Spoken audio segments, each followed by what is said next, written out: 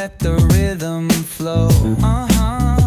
Palm trees swaying, do you feel that breeze? Rolling down the boulevard, feel. दर्शन करने आए थे और यहाँ ऊपर से बारिश भी होने लग गई। थोड़ा थोड़ा बारिश हो रही है। हमने नहाया तो आनंद लिया गंगा जी में। पानी भी खूब नहाने लायक बढ़िया हो रहा है ना? नहा के आ गए आप भी?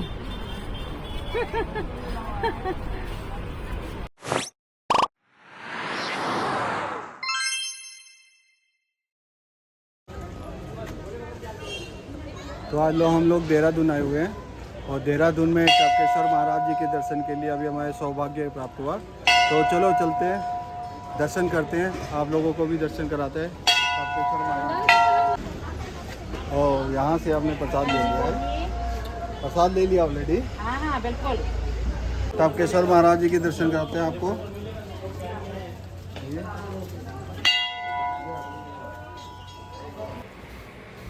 टपकेश्वर मंदिर देहरादून में स्थित है। देहरादून से ये 6.5 किलोमीटर दूरी पे जंगल में है ये मंदिर। और ये एक नदी के किनारे पे है, तमस नदी कहते हैं इसको। तो ये नदी के किनारे पे स्थित मंदिर है। एक अद्भुत मंदिर है भाई, अद्भुत कहेंगे कि ये एक गुफा में मंदिर है जहाँ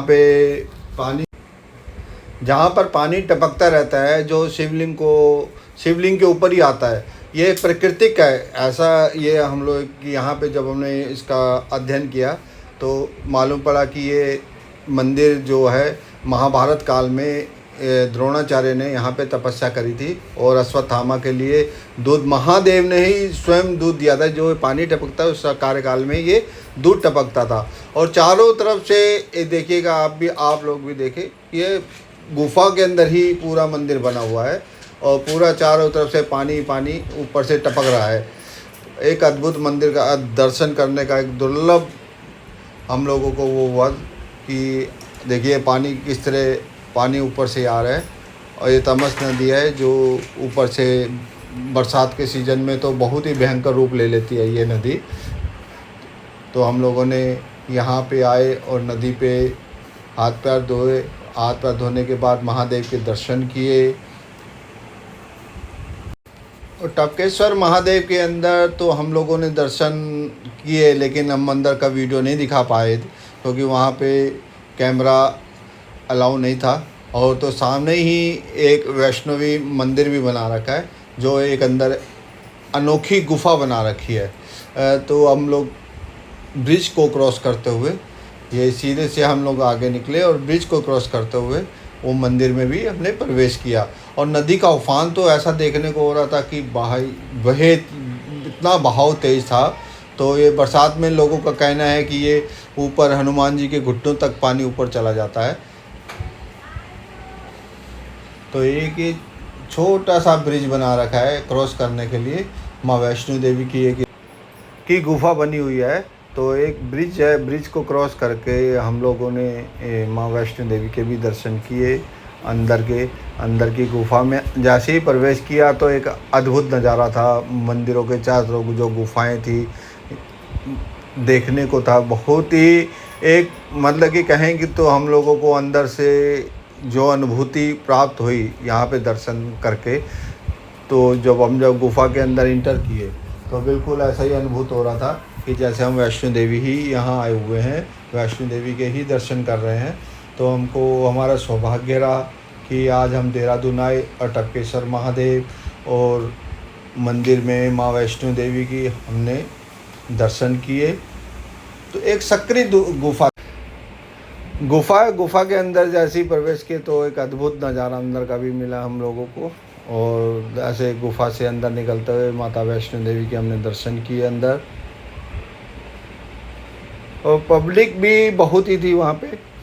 और फिर हम गए आए जो नदी का नज़ारा, हम लोगों ने नदी का पानी का जो बहाव था उसको देखा। तो इतना तेज़ बहाव कि ये ऊपर से जो पहाड़ों से जो नदी आ रही थी तब बहुत तेज़ ही बहाव था। तो बच्चों ने भी बहुत आनंद लिया यहाँ पे, दर्शन भी किए। तो अभी बरसात के सीज़न में जैसे हनुमान जी की मूर्ति के पास गए, उनके दर्शन किए, उनको प्रणाम किया। तो लोग बोलते हैं कि बरसात के सीज़न में यहाँ तक तो घुटनों तक पानी आ जाता है उनके, मतलब कि इतना लेवल का पानी हाई हो जाता है। तो एक अच्छा है।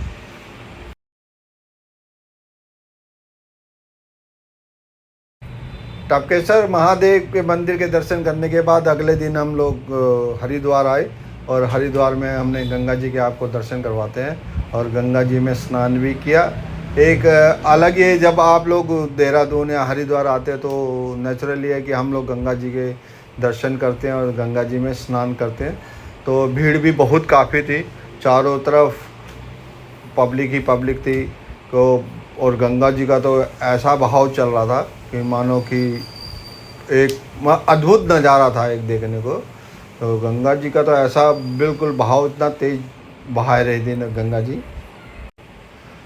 तो सावन का महीना, बारिश तो इतना हो रही थी, जब भी हम लोग जब दर्शन करने गए उस समय भी बारिश हो रही थी, देहरादून में भी बहुत ही बारिश हो रही थी। वो बारिश के बहाव के कारण गंगा जी का एक अलग ही लेवल पे गंगा जी बह रही थी। तो ऊपर की पहाड़ियाँ, यहाँ से इतना सुंदर दृश्य दिख रहा था कि अद्भुत नज़ारा। आप हर की पौड़ियों की तरफ देखिए, आप हर की पौड़ी।